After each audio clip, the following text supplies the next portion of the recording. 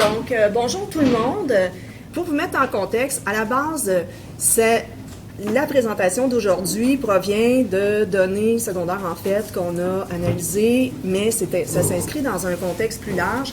À la base, c'est un projet mené par Joanne Lehrer, en fait, qui était responsable de ce projet de recherche-là, qui s'intéressait aux différents contextes éducatifs offerts aux enfants de 4 ans au Québec. Donc, notamment, on sait que les services éducatifs qui sont offerts aux enfants, une partie est gérée, en fait, financée par le ministère de la Famille et, évidemment, les maternelles 4 ans le sont par le ministère de l'Éducation. Donc, c'est une étude, en fait, qu'on vous présente brièvement. C'est ça. Ça s'inscrit dans ce contexte plus large. Il s'agit d'une méthodologie de multicas ethnographique inspirée de l'ethnographie institutionnelle.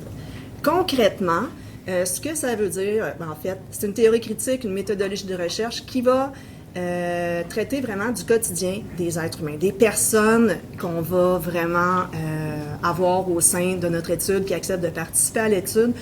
On va s'intéresser à la façon dont leur quotidien, leur vie est structurée puis organisée par les institutions. Puis c'est vraiment une approche qui vise à comprendre le vécu des différents acteurs au sein des institutions, des professions ou des contextes à partir d'entretiens et d'observations.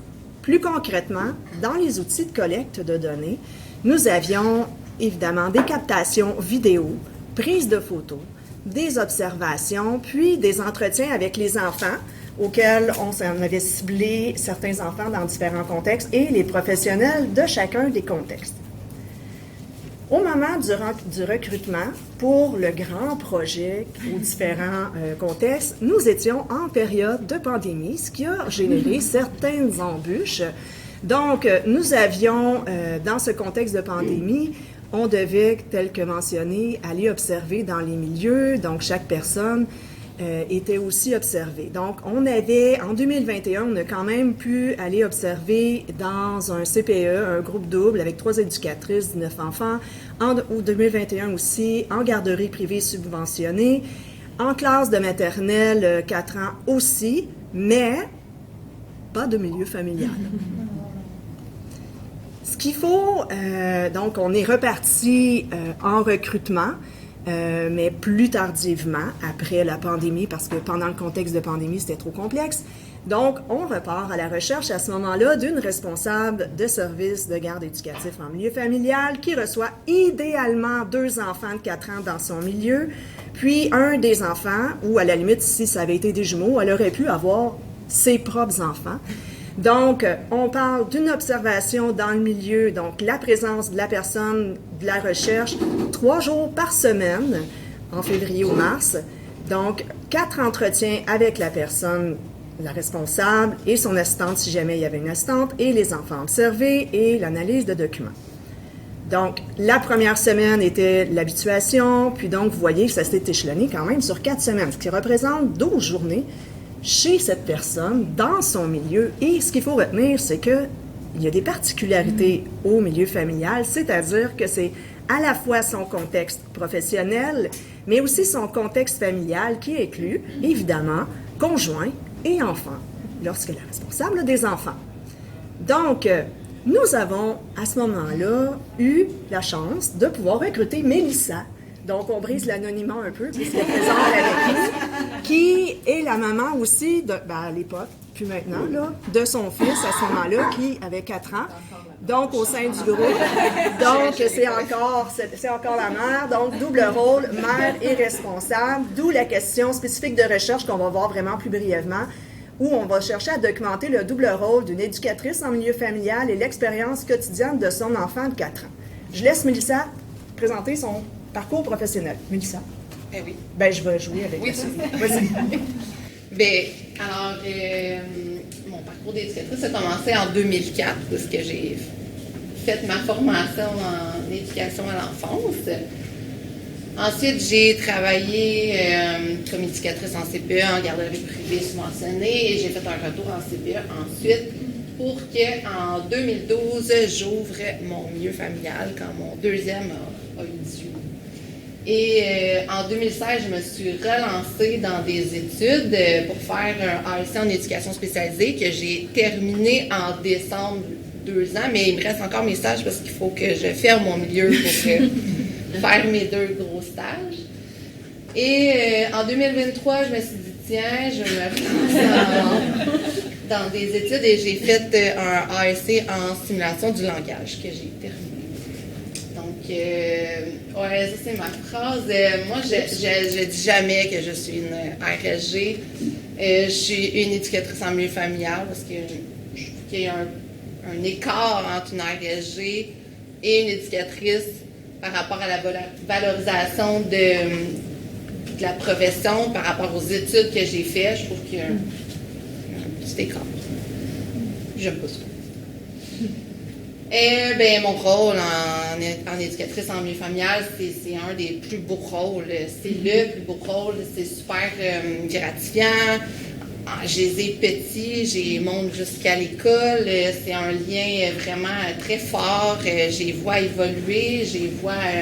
Je suis en mesure de saisir une petite porte qui s'ouvre pour aller amener l'enfant plus loin. C'est ça. Ah, mais non, c'est ça, il faut que j'aille vite. Mélissa a aussi certaines idées intéressantes qu'elle va pouvoir en fait ramener sur le fait que pour elle, ce qu'elle disait aussi, c'est que le milieu, c'est pas un gage de qualité. Donc, elle a fait les 2. Elle a travaillé en installation, elle a travaillé en garderie privée, en CPE, puis en milieu familial. Puis elle pense... je pense que c'est très pertinent que c'est un tout. Le milieu et la personne, en fait, sont représentatifs, peuvent mener vers la qualité. Puis, vous aurez deviné qu'elle était quand même assez curieuse et qu'elle cherche à en savoir beaucoup et qu'elle le met en pratique. Puis, elle le disait, les petites portes qui s'ouvrent. Donc, j'ai comme des petites bulles de temps en temps. Donc, on va aller rapidement sur... Vous allez voir, il y a beaucoup de verbatim, des photos, mais je vais miser seulement sur les catégories qui ont émergé, dont l'expérience de l'enfant et le besoin de se retirer. Le PowerPoint sera disponible par la suite. Donc, c'est son fils de 4 ans et il ressortait justement à travers ce qui a été observé et ses propos aussi, qu'il y a parfois besoin, oui, son fils, de se retirer, avait, en fait. On a aussi fait ressortir la place où est-ce que l'enfant testait beaucoup les limites et ce qui n'est pas étranger au fait que c'est le milieu de maman, on est en pleine sécurité. Et cette expérience particulière à l'enfant qui est dans le milieu de son parent, de sa mère, qui doit partager maman. Donc, partager maman, c'est pas toujours simple. Notamment, ce qui est intéressant aussi, c'est, en fait, je sais pas si on l'a dans les verbatims, mais c'est quand tu expliquais que, au départ, son fils, il faisait partie des enfants plus jeunes du groupe. Donc, recevait beaucoup de soins. Puis, avec le temps, il y a des enfants plus jeunes, comme le petit qu'on voit ici, qui nécessitait maintenant un peu plus de soins que son fils, qui est un peu plus vieux. Donc, on peut voir certaines attitudes, et vous verrez à travers les verbatims, comment ça peut interpeller l'expérience d'un enfant de 4 ans de devoir partager maman avec des enfants plus jeunes qui ne sont pas de la fratrie. Donc, la recherche aussi de proximité qu'on retrouve régulièrement à travers les expériences vécues par son fils. Donc, il y a aussi, justement, ce double rôle de mère et d'éducatrice, où est-ce que, vous pourrez éventuellement lire le verbatim, mais où est-ce que, justement, on parlait tantôt de tester les limites, mais à quel point, sur ce plan émotif-là, je peux peut-être te laisser... Bien, c'est tout le temps plus compliqué, pas plus compliqué. Ça demande une belle réflexion à savoir, parce que, veux pas, on est impliqué émotivement avec notre enfant, c'est le nôtre. Fait qu'on a ce degré-là de plus. Puis, quand on fait une intervention avec un enfant en étant éducatrice, bon, on accueille l'émotion, on l'écoute, on est là pour lui, mais on a tout le temps aussi le petit côté d'éducation, on va revenir sur la situation, on va trouver des solutions. Mais quand c'est ton enfant, des fois, lui, il n'a pas envie de tout ça, il a juste envie de la mère qui accueille. Fait qu'il fallait tout le temps que j'analyse si cette situation-là, ou son pleur, ou sa façon de me regarder, sa façon de venir vers moi, s'il y avait besoin juste de la mère, ou si je pouvais inclure un petit bout d'éducatrice là-dedans. Fait que c'est tout le temps, des fois je me trompais, puis c'est comme « Maman! » Puis là, je suis c'est correct. Fait que c'est ça, c'est tout le temps de balancer entre le rôle de la mère, ce que l'enfant a besoin, c'est-tu la mère ou l'éducatrice, versus mon rôle, mon double rôle dans le fond. Outre ce besoin émotif, c'est aussi la présence d'enfants, des enfants plus vieux aussi dans le milieu, puis la réalité aussi pour l'enfant, ben là il y avait 4 ans, de vivre, on le voit en pyjama, qui va déjeuner avant le début de la journée où est-ce que les autres enfants vont arriver, mais où Mélissa est déjà en train de préparer l'accueil des enfants. Les enfants plus vieux qui sont là puis qui interpellent pour diverses raisons, maman, pour un pantalon, pour une sortie, ou etc. Donc, vous aurez plaisir à découvrir le tout. En termes, justement, on va passer brièvement, mais je vais quand même faire certains liens sur Marlene No, c'est bien ça, hein? Qui a son mémoire sera éventuellement disponible, qui s'est intéressé aussi à cette réalité-là, où il y a plusieurs points qui se recoupent sur, justement, Mélissa en a parlé, la formation, la place de la formation, la place de la personne aussi pour la qualité éducative dont Mélissa, on retrouvait au tout début, qu'on retrouve dans l'ouvrage de Lemay et Biguera là, sur la qualité. L'importance de la valorisation du rôle de la responsable, je m'excuse Mélissa, l'éducatrice en service de garde en milieu familial, la mince frontière qui ressort aussi dans le mémoire de No. Et ce qu'on a, en tout cas, j'ai pas eu le temps de fouiller vraiment énormément, mais l'expérience de l'enfant de 4 ans dans son milieu éducatif, avec sa mère. Donc ça, c'est un angle qui pourrait être vraiment intéressant à creuser davantage.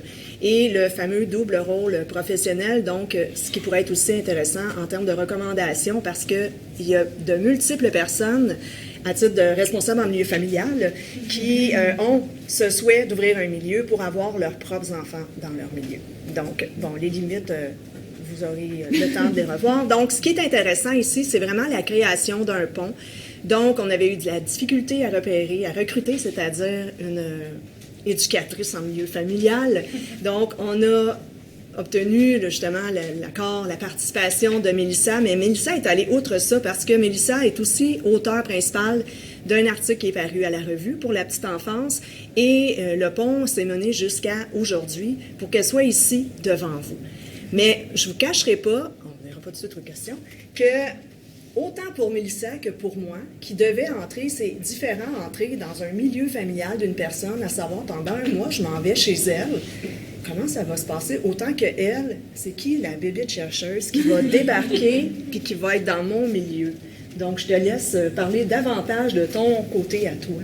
Bien, c'est sûr. Dans ma personnalité, j'ai tout de suite dit oui. Je me suis pas posé de questions. C'est le après, tu fais comme, oh mon Dieu, ça va être le fun. C'est comme toute une journée, 3 jours semaine. Mais finalement, ça a super bien été. Il y a eu les premières questions, des fois, bon, qu'est-ce que vous allez faire aujourd'hui? Tu sais, moi, je suis plus pédagogie émergente. Fait que là, je suis mon Dieu, faut-tu que je réponde vraiment à quelque chose? Là, j'étais, j'ai peut-être ça et ça de prévu, mais tu sais, rien de fixé. Puis là, j'étais là, c'est-tu bien vu? Parce que, tu sais, on sort de, tu sais, il y a beaucoup de milieux, c'est très structuré. Encore, on est, bref, ça, c'est un autre domaine, mais tu sais, là, fait que c'était comme ça, mais finalement, elle a très bien accueilli, puis c'était comme parfait, puis tu sais, on s'est très bien, le respect était là, on s'est bien entendu tout de suite, fait que ça a été une super belle expérience. Oui, elle était quand même assez facile à convaincre pour de nouvelles aventures, donc, mais ce que je trouve tout particulièrement intéressant d'avoir accès aux milieux familiaux, c'est qu'on entend souvent davantage ce qui sort dans les médias, ce qu'on entend parler, c'est l'aspect négatif, alors que des milieux familiaux, il y a vraiment des bijoux de milieux familiaux au Québec. Puis je pense que Mélissa fait partie de ces milieux qui gagnent à être connus, qui valorisent en fait le volet familial du réseau. Donc, un gros merci, Mélissa.